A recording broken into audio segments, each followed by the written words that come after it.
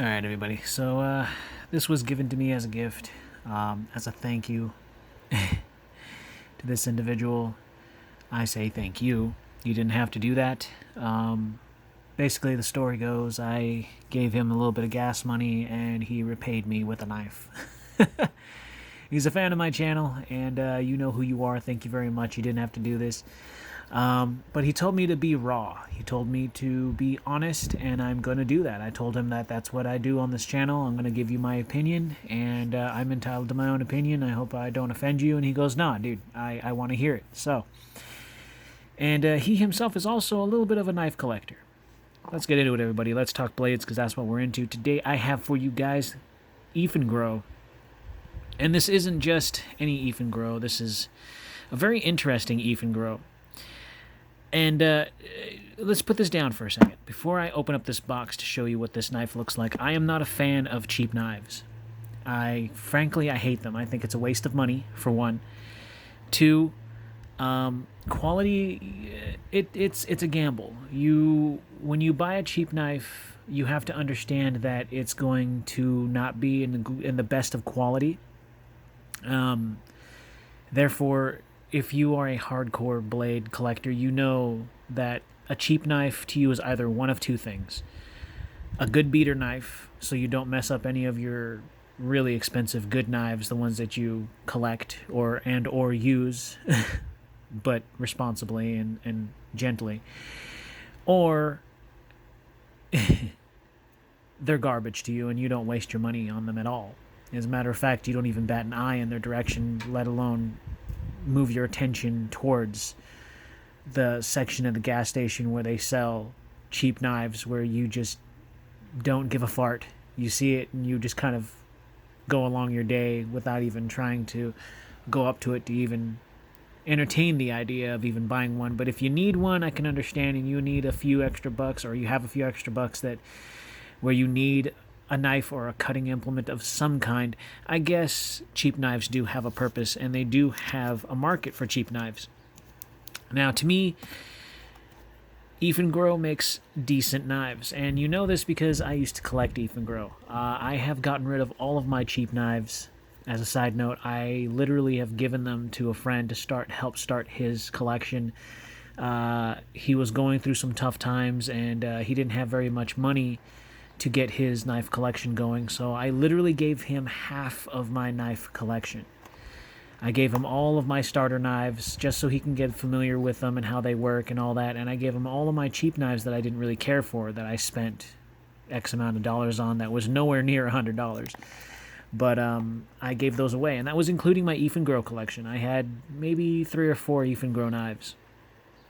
So, without further ado, Eafengrow.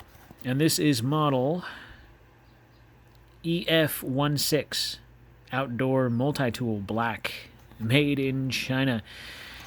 Now, this is the only Eafengrow knife that I literally have in my collection as of now. This is actually the only $20 knife that I actually have in my collection right now. So, go ahead and open it up. You get your standard, I think that's kind of like a wannabe leather feel to this box to give it that, you spent a lot of money. Comes in this little bubble wrap sleeve, and here's the knife. Now, I have to say, this is a very attractive knife, and it feels like it's good quality, and it even has a decent kind of blade steel, which kind of gets me thinking, is this really what it is? Anyways, it's a flipper knife. It runs on ball bearings. It's very, very impressive to me. See the EF on there, on the back of the blade. It says D2. And this knife blade is almost a 4.5-inch blade. Instead, it's a 3.7 inch. That's what it states. And yes, I did look up this knife. That's what I do.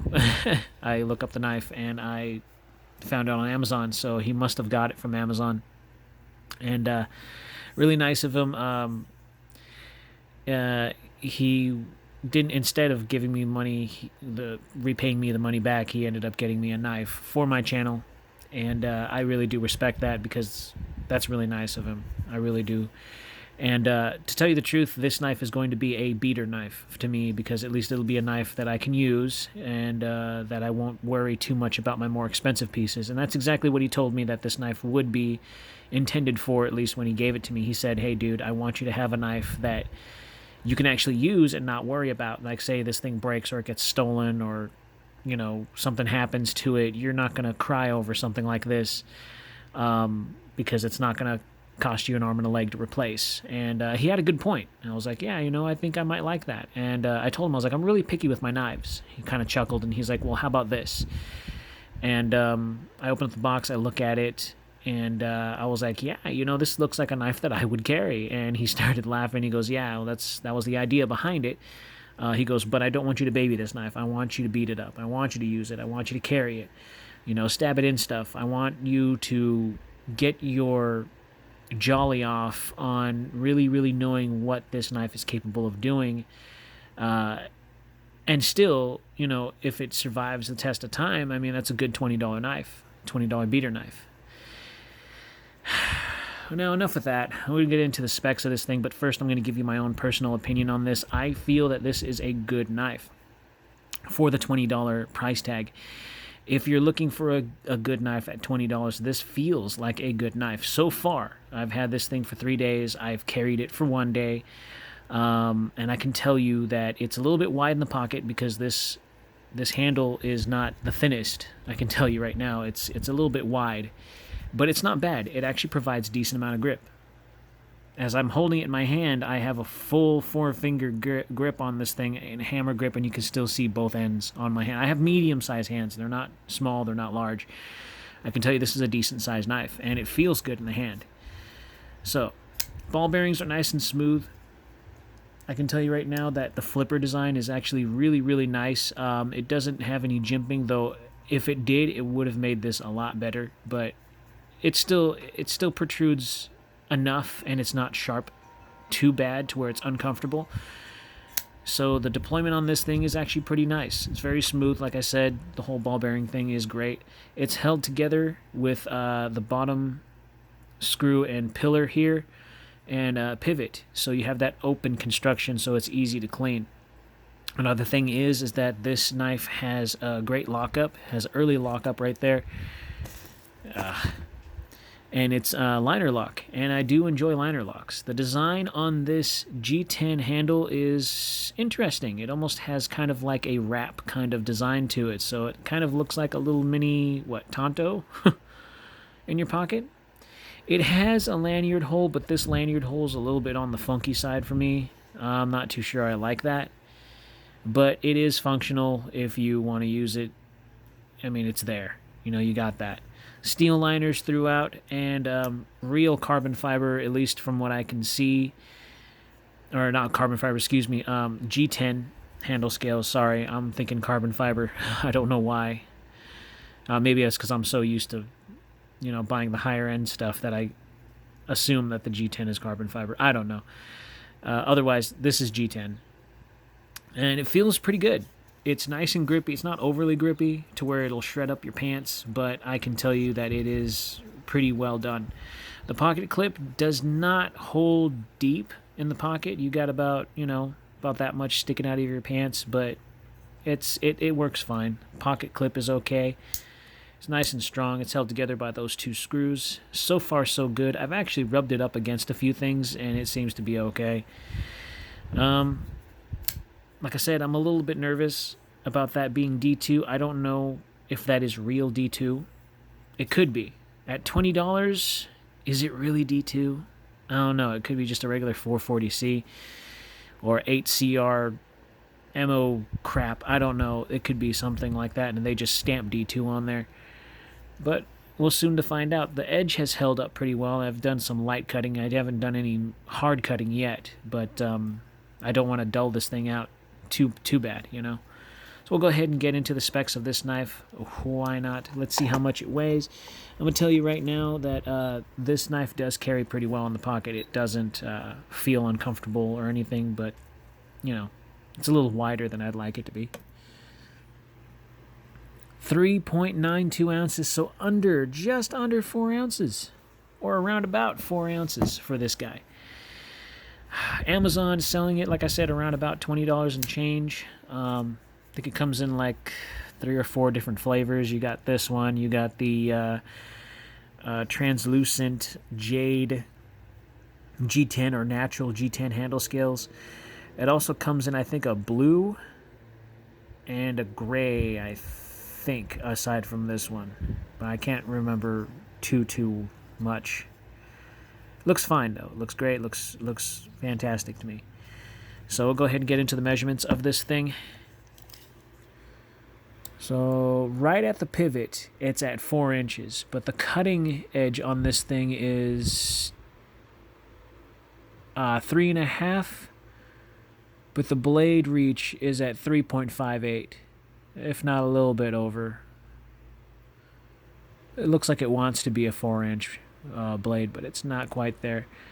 8 1/4 altogether, and then you're looking at 4 5/8 long when it's closed. Now, the width of things, we'll go ahead and get into how big the blade is here, how wide the blade is at a 3.4, and the handle is coming in at a 15.2. So, a bit chunky and wide. When I hold this knife, it feels good, and it even looks pretty decent. I could have used a little bit of jimping on my own personal effect would be a little bit of jimping on the flipper tab right here so I could get a decent purchase, and a little bit of jimping on the spine here so that way when I'm holding it in the saber grip I have a little bit of grip on the thumb there so I can do a little bit of cutting, slashing, or stabbing, assuming that I'm being attacked by some wild boar. But this knife is very appealing to the eye. If I were to see this knife, I would probably price it around about $40 to $60. But it's not. It's a fraction of that. So at $20, being under 5 ounces and fitting the hand well as having an almost a 4-inch blade, it's a pretty decent knife for what it is. So this is my new beater knife. This is not a knife that I'm going to lock up because it is so dang cheap. It doesn't need to be. This could be, whatever I want it to be, because it was given to me as such. Had a long discussion with the guy. Like I said, I told him, I was like, hey, when I'm given cheap knives, don't expect me to be gentle with my words on how I review it. He goes, no, dude, I completely understand. That's why I'm giving it to you. I want you to keep it. I want you to review it. I want you to, in the long run, I want you to abuse it. I want to see how far a cheap Chinese knife could go and would go.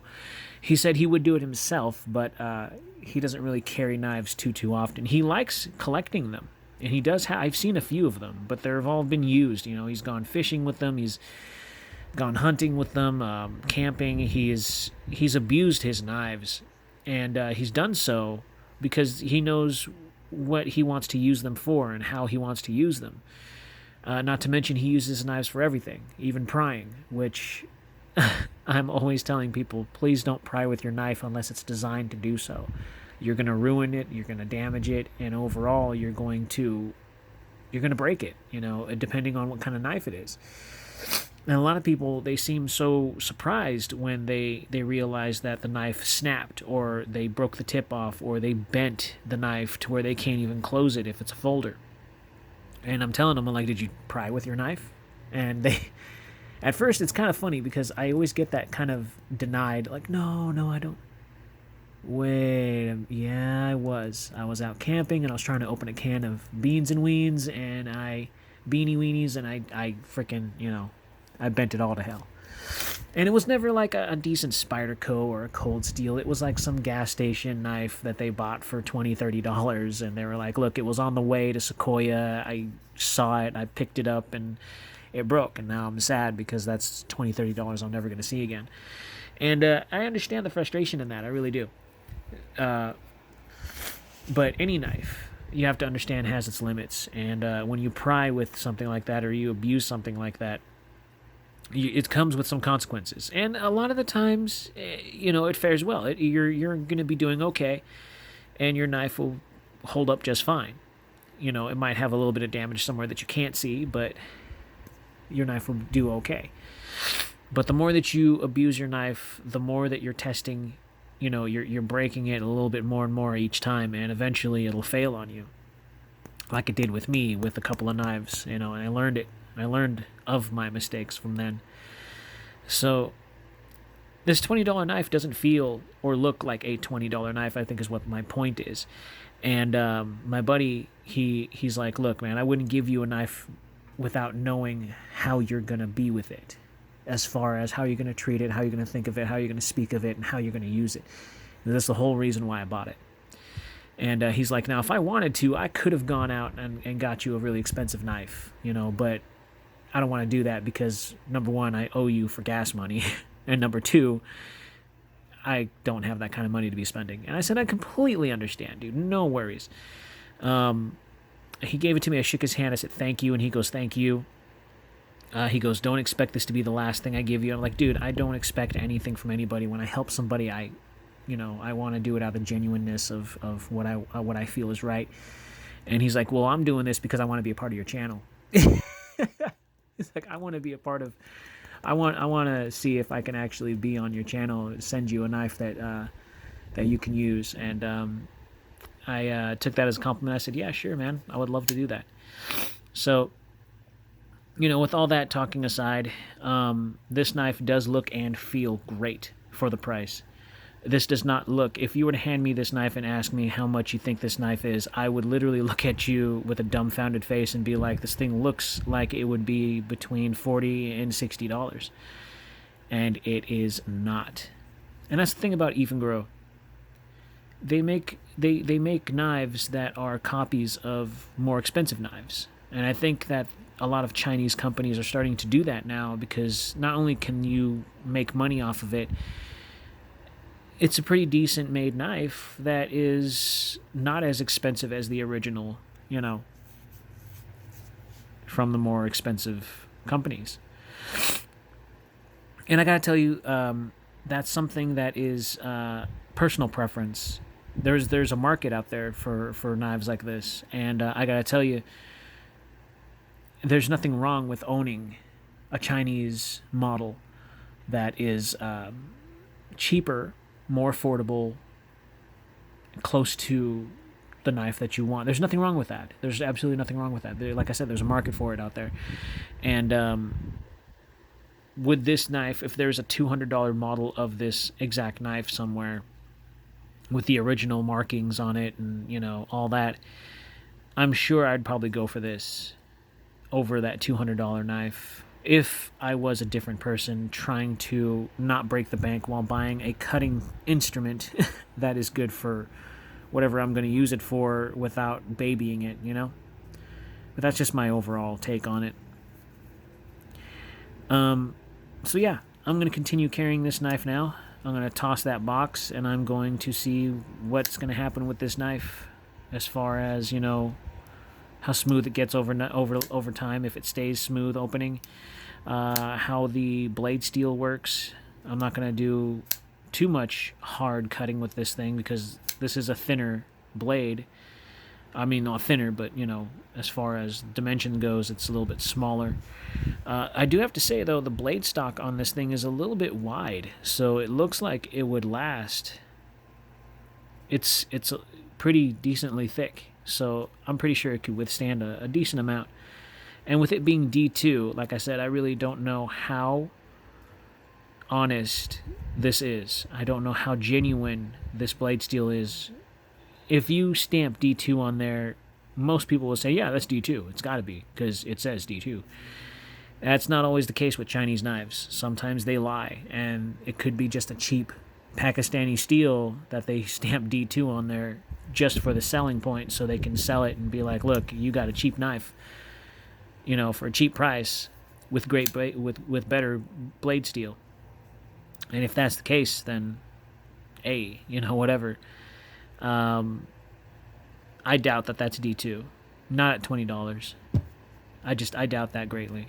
But this is a very attractive knife. I have to say that I really do. As for a beater knife that this is going to be, This is not going to go in my collection. This is going to be something that is literally going to be either thrown off to the side somewhere. I'm going to try and see, you know, what kind of a beating this is going to take. This is literally going to be my new beater knife. And I'm actually happy to say that. None of my money went to this thing, so why not, you know? And thank you again for sending me this knife. And he literally told me, he's like, man, I really want you to use this as a beater knife. I was like, all right, man, I will. I'll be completely honest with it. I'm not going to sugarcoat or anything. He's like, no, I don't want you to. I was like, all right, man. Cool with me, you know? Watch, this thing breaks tomorrow. But either way, it's still really cool. I really do like this knife overall. To be honest with you, I think this is a great knife. If there is a more expensive model out there of this kind, I would like to know what it is, because, you know, Eafengrow, they do like to make their own twist on the more expensive kinds that are out there. So I would love to know what this one looks like or what it could be. If you know what that is, let me know in the comment section down below. I'd greatly appreciate it. I'd like to see what the more expensive one looks like or what it is or what company makes it. This literally looks to me like it's a small katana. It just has that look because of that pattern that's carved into the handle and the style, the blade style right here. It just looks really kind of nice to me. I don't know. It's very appealing. But yeah, I will continue carrying this thing so that way I don't have to bother using or carrying any of my more expensive pieces when I don't feel the necessary need to do so. It'd be a good, you know, beater knife. Why not? For 20 bucks, why not? Get yourself one at Amazon. Like I said, I've looked these up. They're very attractive. Aesthetic-wise. Anyways. Looking for that model again, I'll go ahead and flip this around so that way you guys can see it. It is the model EF16, if you're curious about that. So, Eafengrow. Yeah. Anyways, guys, go ahead and slash that like button, stab that subscribe, slice that bell icon so that way you guys know when you are notified when I post new videos. In these weird times, please be kind, be safe, and carry responsibly. I'll see you all in the next video.